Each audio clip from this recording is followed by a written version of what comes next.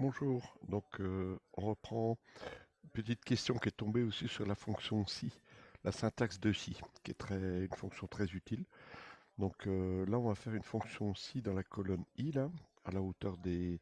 On va, on va, on va faire une condition sur la colonne g, sur la dernière colonne. La colonne g, la colonne combien ici? Donc on voit E2 par F2, donc c'est la quantité par le prix. Combien dans la colonne combien, hein. On va faire même à la hauteur ici, on peut se mettre dans la colonne H, bon c'est pareil. Et puis là on va faire une condition si, on va mettre soit par exemple réussi ou raté, si la valeur de la cellule de la colonne G est par exemple supérieure à 300 ou 400 euros, qu'on va mettre une valeur seuil. Donc voilà. Je me place à la hauteur du premier, la H2, parce que la condition va porter sur la première cellule G2, et je tape ma formule égale si. Donc j'ai la liste des si, double-clic sur le si simple, voilà. Donc euh, L'infobule me dit test logique. Le test logique, je prends la valeur G2, on va on va faire même un test sur en supérieur ou égal. Donc l'égal, il sera pas après le supérieur, hein. Donc on va mettre une valeur, par exemple une valeur qui existe.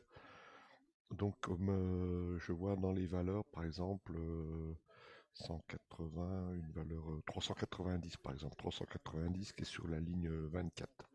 On va prendre 390. Donc on tape pas bien sûr le symbole euro puisque on parle de la valeur de la cellule, puis la colonne G contient des valeurs nombres. On a dit alors si le test logique est encore en noir, là je tape mon point virgule, j'arrive sur la valeur si vrai. Si c'est vrai, on va mettre réussi. On va mettre la chaîne de caractères entre guillemets, réussi, espace, mettons, on peut mettre même un point d'exclamation. On ferme avec un guillemet. Voilà, c'est la valeur si vrai. Et dès que je tape le point virgule, le séparateur du logique, là, valeur si faux. À la valeur si faux, on va mettre raté. On va mettre raté, espace. Je ferme avec un guillemet. Et voilà, je ferme ma formule, normalement. Voilà, donc là, celle-ci, elle est ratée parce que c'est 90. On se rappelle en cliquant dessus, la valeur qu'on a mis est 390. Si on duplique ici, tout ce qui est supérieur ou égal à 90 va se mettre en valeur réussie, donc réussi. On voit que 960 c'est réussi, les réussis là, ici aussi, c'est la même, 720. Et puis même celui qui est, on se rappelle, la valeur c'était combien? 390, où j'avais mis 390, c'est là. On peut même jouer sur celui-là si on modifie. 390. Donc puisque c'est du supérieur ou égal, si j'enlève dans cette cellule le signe égal ici, ça sera valable pour la cellule, mais normalement on duplique toute la colonne, hein. Mais là, ça sera raté puisque ça sera pas strictement supérieur puisque c'est égal à 90.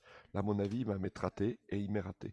Bon, si je mets la même chose, bon, ça va pas changer le reste puisqu'il y a que l'égal ici dans cette ligne-là, dans la dernière ligne modifiée qui l'a pris.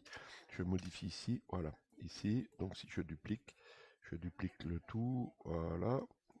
Et là, ma formule c'est homogène dans toute la colonne, hein. Voilà, quelle que soit la ligne, il y a juste le chiffre, vous voyez, de la colonne, le G, la ligne qui change, bon, tout le reste ne bouge pas, puis voilà.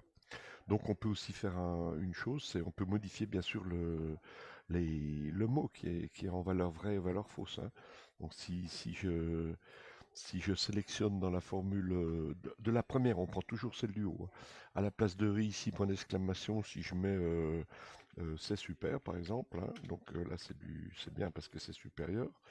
Voilà. Puis à la place de raté, ben, je peux mettre dommage, par exemple, hein. Dommage. Alors, bon, là, voilà, ça prend tout de suite sur cette ligne 2.